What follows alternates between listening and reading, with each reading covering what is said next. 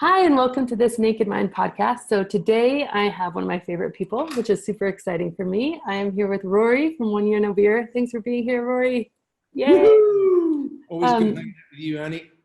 Yeah, we've wanted to do this for a long time, so it's super cool that the day is finally here. This is awesome. I think we've been talking about like doing podcasts together for 2 years or something like that, something crazy. Yeah, I keep booking them in. I keep booking them in and then cancelling you last minute because I'm just such a nightmare. So I'm sorry. Oh no, it's great. It's great. I'm glad we're here. We're live. This is awesome. So, Ruari, where I want to start with you is your story. Why don't you just back right up into, the good old days and tell me, or the bad old days, however you want to. The good old days. Let's not go too deep into that. I might sensationalize alcohol because I had a fairly wild time. So a bit of background. So I'm originally from the west coast of Scotland, a small island called the Isle of Mull, and like many places all over the world, you learned very early on that everybody celebrates, commiserates, and congratulates with alcohol. And I guess the first time I got drunk, I was 12 years old. I got so smashed to bits. I convinced this girl from school to basically babysit me. I'd found out that whiskey, or I'd seen that whiskey got mixed with a dark color whenever parents or whatever were drinking. So I went rummaging around the parents' alcohol cabinet and I found whiskey and then port. And I thought, fine, I'll mix these two together. Oh. So I mixed whiskey and port together into a Coke bottle and cycled down to the village and got this poor girl to assist me. And I drank about 3/4 of the bottle, which I think probably would have killed some people. It was all ends. It was all over. My parents were out at their anniversary dinner and came back to just trails of stuff everywhere, all over the stairs, everything. So, but that I was not to be deterred. Oh my gosh, that's the craziest first story. I've never heard that before. That's nuts. So not to be deterred from that one. I would just say I've had a very normal relationship with alcohol pretty much all the way through my life. I was very much a social person. I think I care very deeply, or far too deeply, about what other people think about me. And so, in social situations and things like that, I would always be drinking. And, being the sort of party starter, I was the last one in, the last one out, first one in and last one out rather. But I had a very entrepreneurial life. I set up my first business when I was 15 years old. By the time I was 25, I'd set up 5 companies, all of which had failed. Eventually found myself down in London to be an oil broker. And I found 2 worlds really collided. My social life and business really came together, because as a broker, that's one thing you need to be good at doing, is taking people out and entertaining them. I remember, early on, my boss saying to me, look, we're all getting old on the desk here. We need somebody young to take people out. Go and take them out. And I literally had a license to go clubbing in London's best clubs twice a week. So, wow. And for this job to be, and to be rewarded for doing that.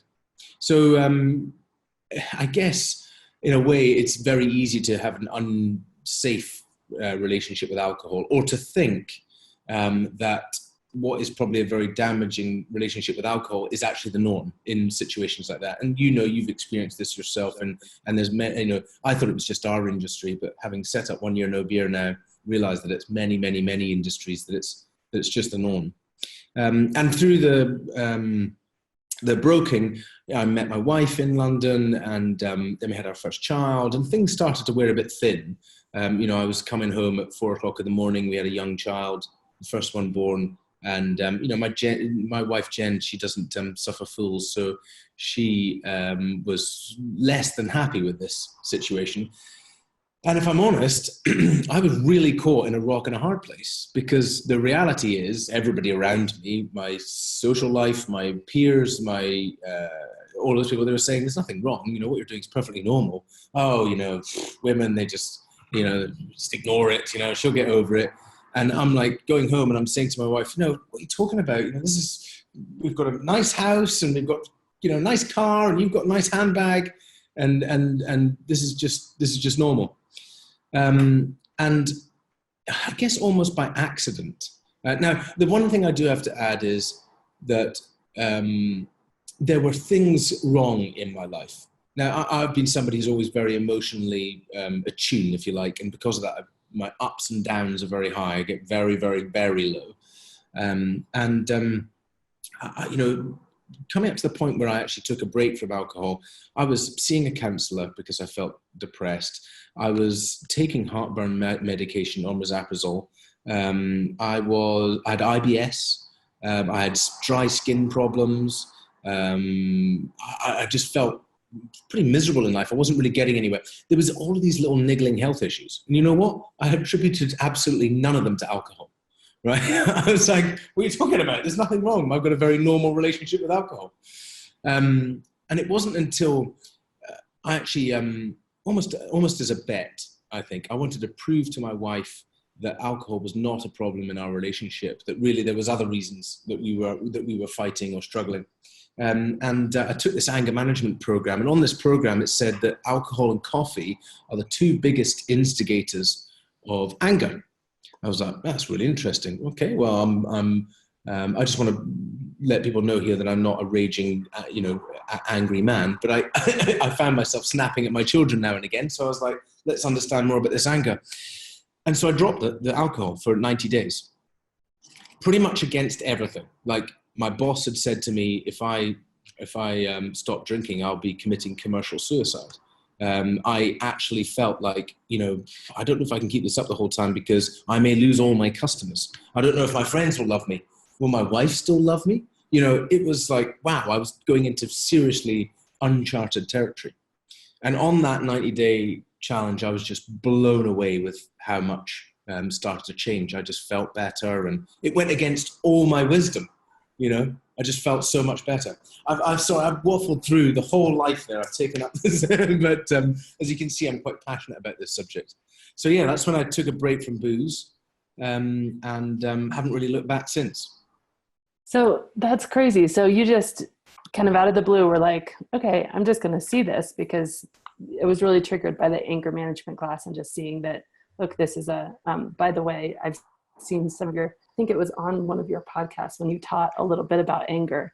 I thought it was brilliant, by the way, because there's so much to know about anger. Anger is like a whole separate subject, but it's such a misunderstood emotion. But anyway, that's a tangent, I guess. So you went through, and then you're just like, okay, I'm going to take a break. And what was the fallout then with you? Like, did you lose all your clients or? Well, that's the amazing thing. So yeah, exactly. Everything went to pot. So I started to feel much, much better. I stopped taking the anti-heartburn medication. I started losing weight and things like that. And I got together with I used to work with Andy, and he was on the podcast recently, my co-founder, Andy Ramage. And we worked together in the same broking firm. We'd be thick as thieves in the curry house on a Friday night, him doing magic tricks, me pouring champagne into people's pint glasses without them knowing. And that would be lunchtime on a Friday.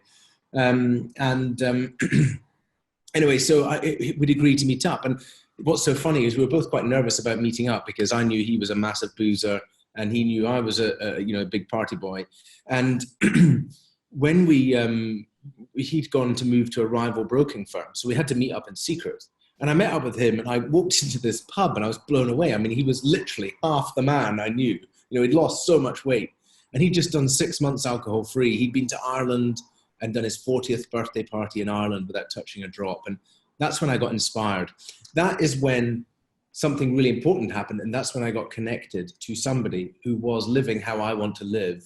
And really, I then was given an excuse, a pathway, permission, leadership, mentorship, all of these things suddenly packaged up into one tiny situation. And Andy was like, done my birthday. And I thought, you know what? My birthday's just around the corner, as is Christmas. I'm going to give this a shot. So I did birthday, I did Christmas, I did New Year. And that's when Andy and I sat down together and we said, look, there is something massive here. The fact is, there I was with these health issues, these niggling health issues, these problems, a plethora of problems in my life, in my health, in my fitness, in my marriage, with my parenting, and not blaming anything on the booze that I was drinking regularly. And I said, I think there's and pretty much everybody in my office is in the same situation. I think the vast majority of people out there are completely blind to this. It's a bit like the Matrix, isn't it? You know, once you've chosen to take that pill, you can never go back because you've seen it so clearly, and it's so clear. Like, right. So we sat down and we said, look, how can we get people to almost realize this themselves? Because there's no amount of, you could have stood in front of me 6 months prior to me giving up alcohol, and you could have said, Ruari, why don't you give up booze? And I'd slapped you across the face and I said, what are you talking about? Get out of town before they catch up with you. You know what I mean? And because I was just not ready. But then when it actually settled in for me and I experienced it myself, that's when everything changed. So I actually then, Andy and I got together and we said, look, let's create a challenge. That's where we come up with 1 year no beer idea. We launched that, it was about another nearly 9 months afterwards, almost a year after I stopped drinking. And over that first year, you know, I went down to 10.6% body fat. I ran my first half marathon in 1:34.40. I had another child. Well, that wasn't, you know what I mean. But wife and I regularly agreed we're more in love than we'd ever been. You know, when you remove one side of a nonsense argument, and most of our marriage arguments are just nonsense, aren't they? And they start with something, and then they quickly build to be something totally different. And if you add alcohol into that mix, you just get so irrational so quickly. So we're both hotheads, and when you removed one hothead, there's just no argument. So I had all these improvements, and we launched 1 year no beer, and you know, it is what it is today. We're now 3.5 years down the line with 1 year no beer. Tens of thousands of people all over the world, you know, really benefit from our challenge. It's been amazing. And for me, my personal journey was, I went through the first year completely alcohol free. Over that period of the first year, I went to whiskey tasting, and I love my whiskey. In fact, sitting opposite me I've got to get rid of it. I mean, I stare at it all the time, never drink it, but it's the whiskey collection in the office.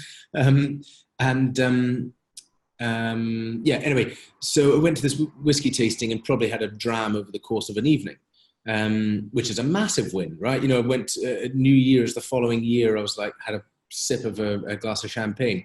So there were these tiny things, but in reality, I'd been completely alcohol free. And then I decided to have a few drinks again, and Christmas Day, after 3 days on the road with drinking with my brother and his family, and Jen and I are, I mean, back to our old way, when you're screaming so loudly at somebody, the veins are popping out in your neck. You know, that's where we were. And I was like, there's a common denominator here. We haven't shouted at each other like this for nearly 18 months, and for a year. And here we are screaming out. So I was like, that's it, I'm doing another year. And for me, that was really one of my boundaries, I think, was that total irrational anger. Was a situation where I'd be like, no, you're acting a naughty step.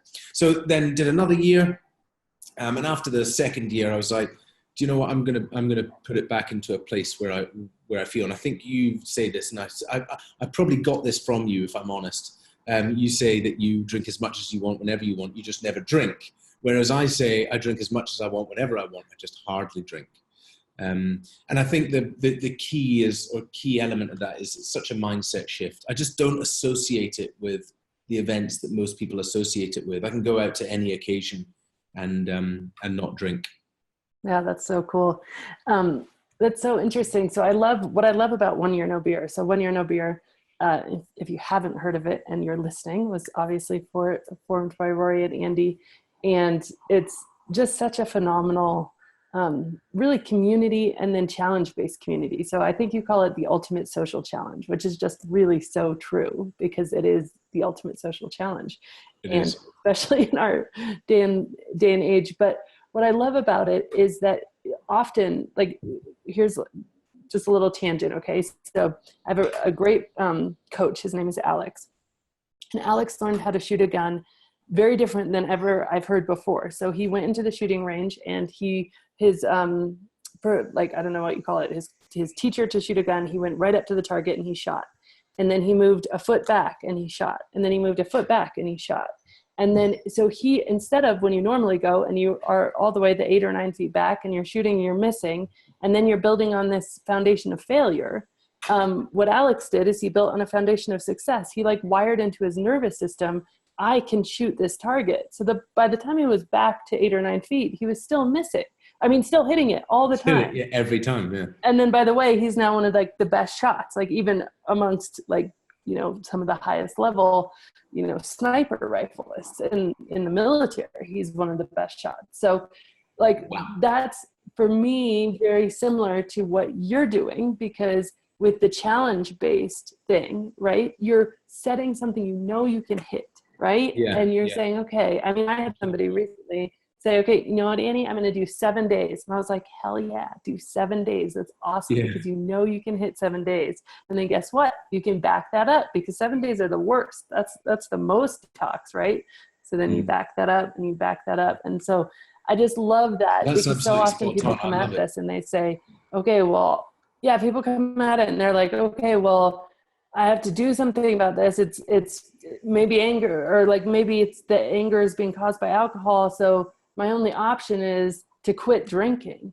And then that is just like, okay, well, I'm not going to have that conversation with myself. I'm going to put off that conversation. I'm going to fight with my wife for the next 10 years because I'm not going to have that conversation. But if the conversation is, I'm going to do a 30-day or a 90-day challenge, like that's a conversation that like most rational humans are willing to have, right? Yeah, absolutely.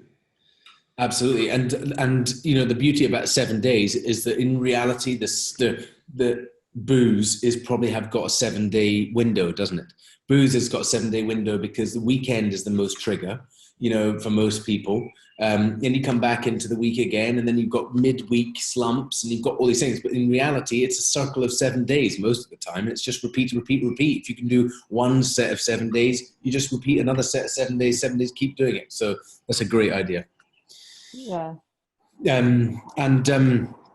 Yeah, so we set that the 28-day challenge, the 90-day challenge, and the 365 challenge. And since then, we've grown all sorts of coaching frameworks. And one thing we did discover very quickly, and I'm sure, you know, it's been like you know, you were like, right, I'm really interested in this. I think I can get back. I'm going to start deep diving into it. And you just went, you know, absolutely deep into the science, and, you know, this Naked Mind book and all that stuff is just so phenomenal at that.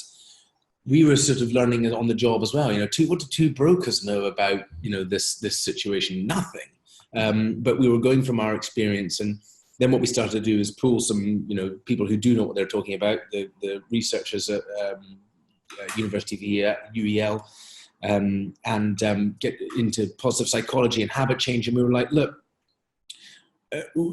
launched this, started to see people come through, got it quantified by studying university, but came back and was like, you know, it's amazing, and you're having a real impact, and look at these results, and the results were amazing. And then all the while we're thinking, look, at some point somebody's going to tell us that, you know, we're crackpot here, and that we're selling ice to Eskimos or something. And it kept coming, and more people coming through it, going, you know, this is life changing, and you're looking at this totally different to anyone else out there. And, you know, obviously similar to you at the same time, you know, people were saying to you that you were looking at this very differently to anybody else. Because of that, because there was no stigma, because there was no judgment, anybody can walk across the door. Like, you know, it doesn't matter. We're not talking about pure labeling you or getting you to sit down or lambasting you if you slip up or any of those things. There's no judgment. Just come in and give it a shot, see how you get on. So I think that worked really well with people. That's awesome. So I love what you say, like you can drink whenever you want, but you just only rarely drink. And if somebody, that's a lot of people have that intention, right? Because it is a social thing. It is everywhere in our society. It is definitely, you know, going to be part of stuff no matter what decision you've made. So if people have that intention, you know, what is sort of your best advice for being able to move from a place where you're really truly stuck and it's affecting your entire life and your health, to move to a place where like you really truly have freedom, but you didn't find that freedom by necessarily giving it up altogether? Here's the short and the complex and the longer answer. So the first thing I feel very strongly is that if you've been under alcohol spell for quite some time and depend how deep under the spell you've been, you're unlikely to rewire your brain and change this relationship in 28 days. I'm just going to say, right? Unlikely to happen. Bear in mind, and I'm sure everyone listening to your podcast will be fully aware that what we're trying to do is relearn everything that we've learned over the past 30, 40 years that we've been seeing subconsciously, marketing, social pressure. It's an enormous element. Even at home, when you're just drinking at home, relaxing, and you feel, no, I'm not the one who's engaged in social pressure. Yes, but it's social pressure that's helped form your relationship. It's societal norms that have helped, really create these neural pathways. So the reality is we're not going to unlearn that quickly. Now, even on a 90-day challenge, for those people who've had a fairly toxic relationship, you're probably not going to unlearn those things. So really people should be aiming, start with a 28-day, see how you go, start with a 90. But if you really want to change your relationship with alcohol and get it to a place where you feel like you're in total control, which is how I feel, then it's a year at least. Now, the reason why it's a year is that you're going to go to all sorts of social events. You're going to go to weddings, stag do's. You're going to go Friday, football, World Cup, deaths, births, all of them. And you're going to go there and you're not going to drink. And you're going to come out of it and go, wow, I actually had a good time. Wow, I actually feel good about that. Wow, I actually feel amazing. Now, it doesn't matter how many times people say that, or you sit in theory and learn it, or you're in the studio and somebody's teaching you this stuff. Until you feel it and experience it yourself, you're not really learning it. You're not creating those neural pathways. So that's why I really strongly feel about the year. There's something else that's really, really important. I've been fortunate enough to be in counseling since I was 6 years old. So they wanted to drug me when I was at school. My parents refused. I went into counseling. Since I started in counseling, I have invested in counseling and coaching and all of that. For pretty much all of my life, I've been under some form of counseling or coaching because I believe that somebody like that always helps you take forward. Now, believe me, some counselors haven't been very good, but I've still had little shifts and realizations there. And this is the reason I get back to. There is a reason why we are drinking too much. There is a reason why we have a toxic relationship. There's a reason why we have addictions. Addictions are usually the response to trauma. There can be many other things involved, or mental health, or all sorts of things like that. But let's just go with one solid thing at the moment, that it can be a response to trauma. Trauma in the womb, or trauma later, trauma in childhood, trauma from some events, life, general trauma, whatever. And those things, unless they are started to work on, those things are always going to be there. And this is what I believe. I believe that alcohol is the first step to people taking a positive step forward into becoming the person that they can be. And it's literally opening the door. Once you remove the alcohol, you're given all the tools. These are the tools. You're given energy. You're given productivity. You're given a sort of zest for life again. You're given feelings of, wow, I want to take on more. I want to do more. Do you know what? Put that to use. Work on yourself. Start to do this deep work. Start to find a coach. And I know you're doing coaching as well, Andy, but I just firmly believe that once you've taken that step forward, then's the time to really, really invest in yourself. Doing that investing in yourself, okay? And the other key element I also firmly believe, and this is something we work with a lot in our coaching programs and also our masterminds, is meaning and purpose. And once you're aligned with your meaning. So for me, when I was 14 years old, I wrote a letter to Richard Branson. I told him that I was going to change the world, and I look forward to having lunch with him. God, I was a ballsy boy, I tell you. Anyway, he didn't reply, so lunch is on him. But so when I almost remember the day, some 4 or 5 months into alcohol-free, and I was sitting at my broking desk, and I was like, holy shit, I remember writing that letter. I've totally forgotten about that. I've forgotten about who I was. I've just got busy with life and everything. And I was like, you know what? I am every single day I'm sat at this desk. Yes, sure, I earn money. Great, wicked. Every single day I'm doing a disservice to the planet. Every single day I'm not aligned to who I am, because I know categorically that I'm here for a big purpose, a bigger meaning, and to have an impact on the world. So removing booze got me realigned with my meaning and purpose. And getting back into that. And now, every day I get that meaning and purpose given back to me, because people are like, wow, you changed my life, and letters and emails, and, I'm sure like you do, about how this program is changing lives. So those are my things. I think minimum a year if you really want to get into a place of total control. And it might not be something that you go to straight away. Like you said, it might be piecemeal. I do a 28-day and then I try a little bit again, then I come back and I go, fuck, I'm drinking too much again. Right, 90-day, blah, blah, blah. One more thing. Sorry, I just never stop talking, do I? One more thing, and this is really important, is about boundaries. So if you are going to go and tempt yourself and think, right, I've done a 90-day period, I want to see what it's like, then be ruthless with yourself on some boundaries. Don't risk the chance of going back to where you want. Nobody wants that. You don't especially. So here's what we do. Boundaries are these little rules that if you go over those boundaries, you're going to get yourself back on a naughty step. Now, the naughty step might be a 28-day challenge if you've done just a minor slip up, a 90-day challenge if you've done a major slip up, or like me, if I find myself screaming at my wife with veins coming out of my neck, I come back and do another year. So here's, and these are the sort of things I said. If I find myself unconsciously drinking faster than the other people around me, okay? If I find myself, desperately thinking about the next drink when I'm drinking at home or on my own without a decision. Right now, I might have, so say I had a loss, which I did recently, and I said, okay, you know what? This is somebody very close to me, close to my heart. I've got a very special, sorry, they found me. We live just up the road from a hospital, so we get a lot of ambulances, honest. I have this bottle of whiskey I bought in an auction, and so I'd had a quiet one of those, sat on my own to almost celebrate and commiserate the loss. And anyway, so and the other thing is, the other rules I had were 2 hangovers in a row without a conscious choice. Again, and I mean by the conscious choice, I need it to be okay for me to be invited to a wedding and choose to drink. And if I go to that wedding, I might drink for the 3 days that everybody else is drinking, or I might not.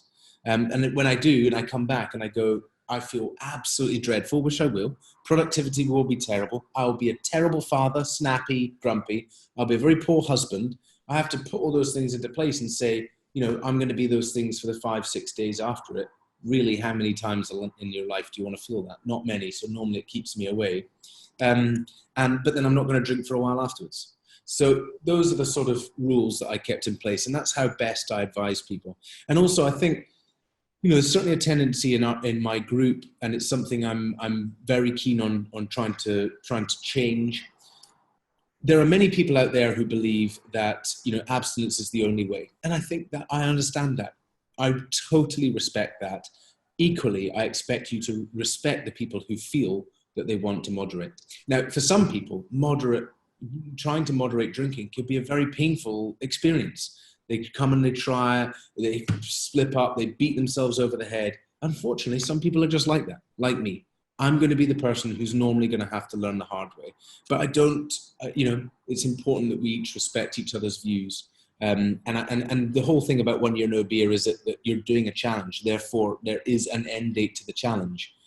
A lot of people in my community have chosen to roll that challenge on forever, which is the magic grail for many people. Congratulations. But for others, they want to, moderate's not the right word, try total control, as we say.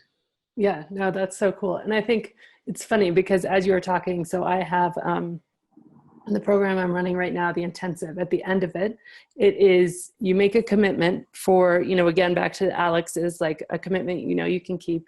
And I've called them non-negotiables. And these are your non-negotiables. And after your commitment, you can, if you've decided you want to mindfully try it again, you have your non-negotiables, and for me, like you shared a few of yours, for me, one of mine was like, I just didn't want my brain space to be occupied with it. Like I didn't want to be on the cycle of when and how much and am I and blah, blah, blah.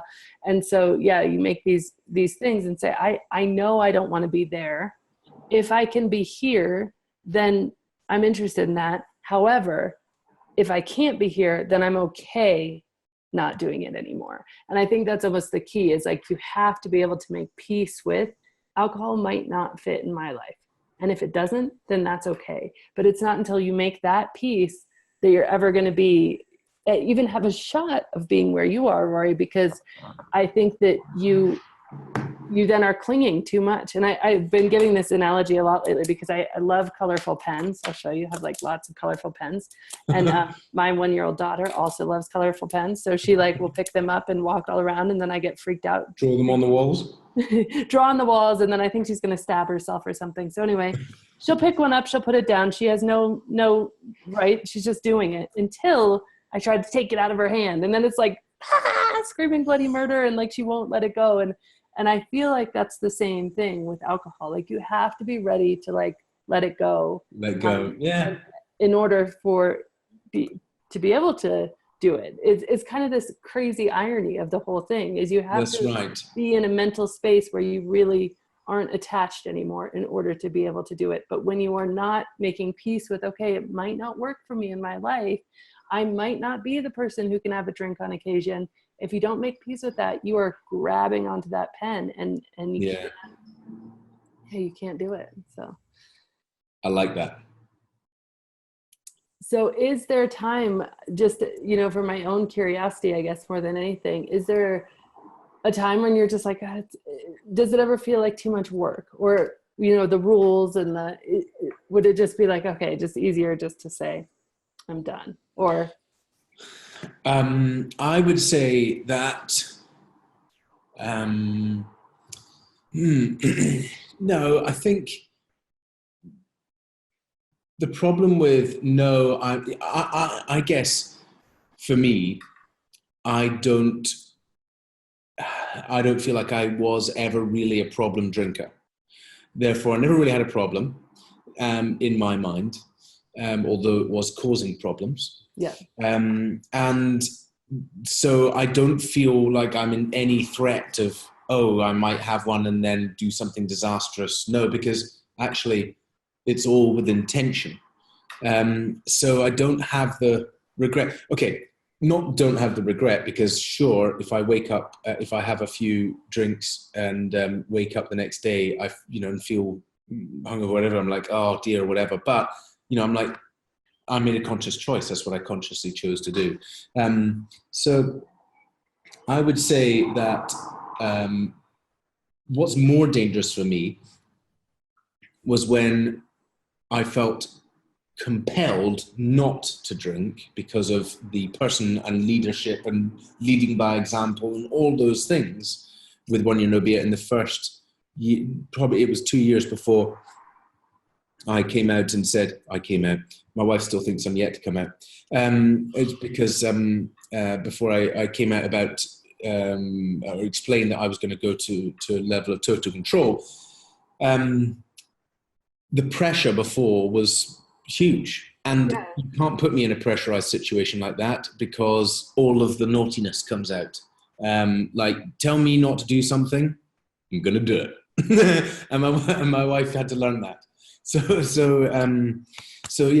for me, I think it's completely the opposite. Did that sort of answer the question? Yeah. And I remember, because I remember having a really good conversation with you when you were wondering about this all.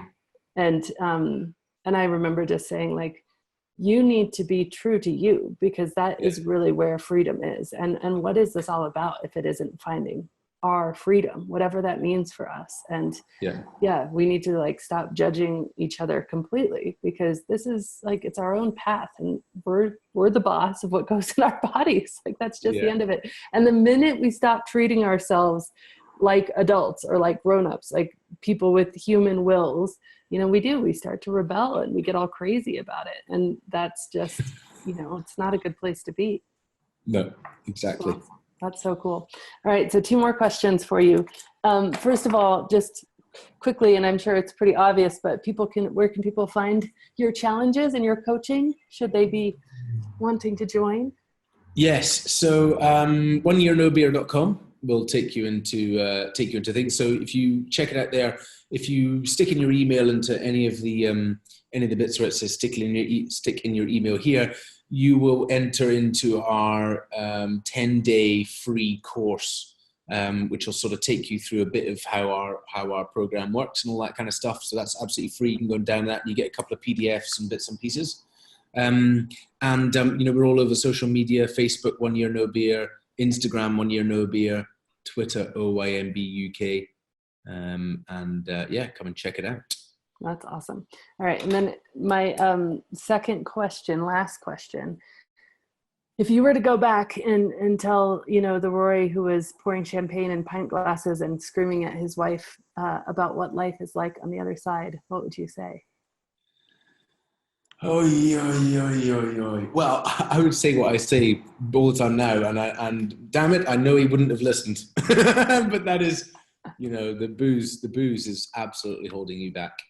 I don't know how I would have convinced him to do that. I try every day to get into the psyche of Ruari. I mean, that's how 1 Year No Beer is pretty much aimed. We were trying to aim it at that. So, and perhaps I would say, I would explain some of the things, and say, Ru, it doesn't need to be this way. That anger, that frustration, that sadness that you feel inside, that will go away, and it goes away a lot quicker than you fear. So give it a shot. That's awesome. That's so cool. Well, this has been awesome. Thank you so much.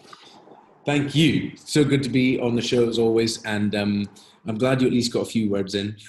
Oh, wait, before we get off, you have a live event coming up. Let's talk about that quickly, especially in the UK. Yes, the live event. So incredibly excited about the live event. Something that I feel very strongly about is the opposite of addiction is connection. I know we talk about this a lot, but so what we tried to create with our framework was more connection. And from Facebook, these executives who will never see the inside of a prison, but have been literally creating Facebook to get as much connection as you possibly can. And there's only so much you can get from a Facebook group. Our Facebook group is amazing. It's huge engagement, lots of love, and really a very, very special place because people feel so connected. The next step is a program we call at the moment called OYMB Advanced, and that's got weekly meetings and getting people on. But the next step to that is to get around people in real person. And that's what this event is all about. It's about aligning with meaning and purpose. And so we really start to help people dig and dive into stuff like that. We help people with lots of stuff around living a healthy life, mindfulness, meditation, nutrition, exercise, diet, getting in touch with meaning and purpose, connecting very, very deeply with our other OYMB members. I explain this to my community all the time, that you don't realize what's going on in your subconscious when you're in a room full of people in that kind of environment who are on a similar mission to you. Like, major shifts are happening. So if you're in the UK, it's on the 9th of June. It's at the London Strand Palace Hotel. And it's on the 9th of June. It's an all-day event, and we've got the amazing Annie Grace speaking, beamed in live, which I'm very, very excited to have. So come along and join us for the event. And to find out about the event, I haven't got a shortcut link to that. I do need to put it on the site, so I'll make sure it's on the site. We'll put it in the show notes too. Perfect. So wherever you're watching this, we'll put a link in the notes. So very cool. Brilliant. Thanks, all right, Annie. Awesome. Thank you so much.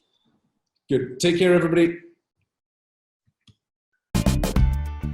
This has been Annie Grace with This Naked Mind podcast. Thank you so much for listening. You can learn more at thisnakedmind.com. And please remember to rate, review, and subscribe, as it really helps us spread the word.